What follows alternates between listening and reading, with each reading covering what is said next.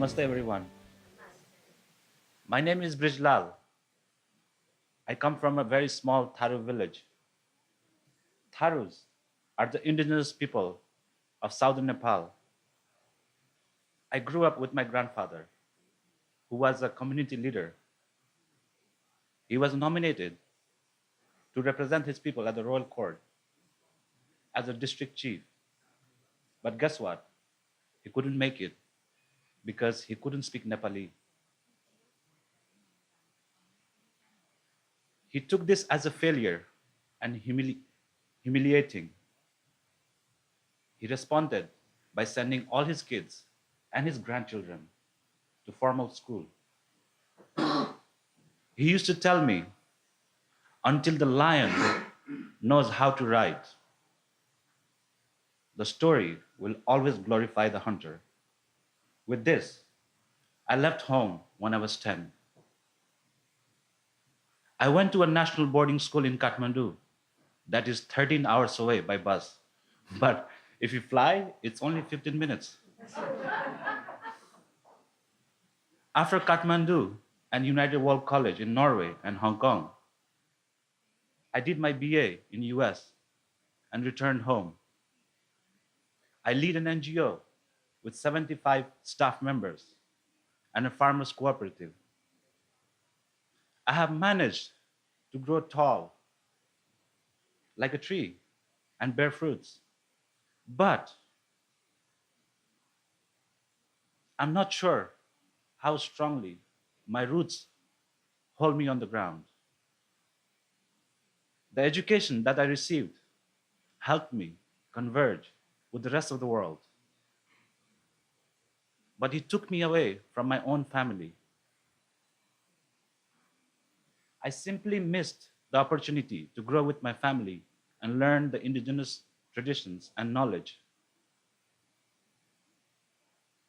I wish my grandfather was around, who could teach me how to predict the rain or build windows without any nails.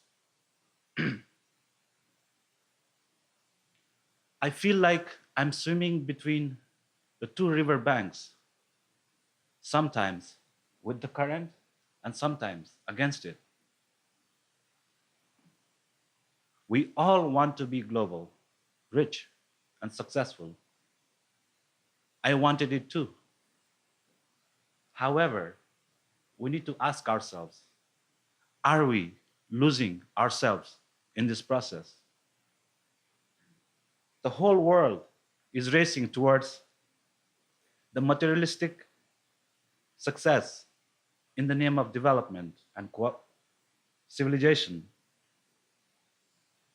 To achieve this supreme goal, we're rushing towards the mecca of knowledge, our educational institutions.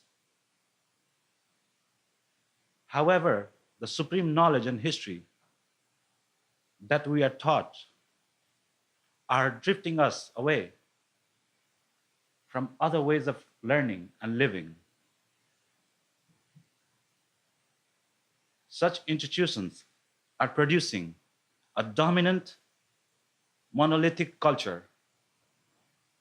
As a result, the indigenous communities in Nepal, Tanzania, New Zealand, you name it, Canada, around the world, are buried and struggling to thrive, even sprout.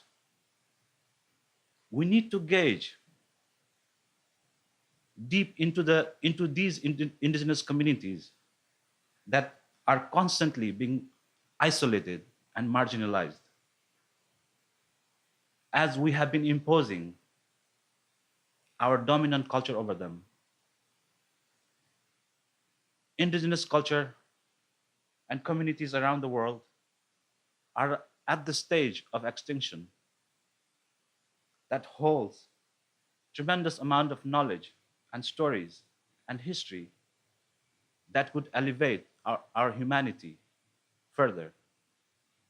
Sadly, such knowledge and history are not in our curriculum, and we seldom learn about them.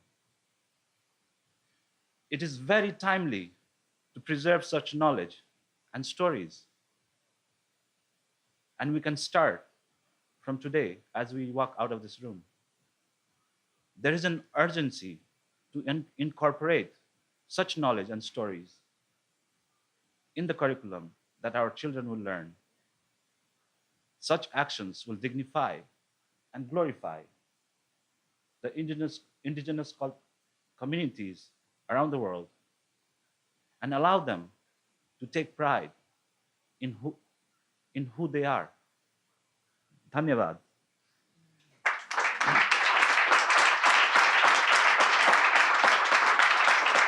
And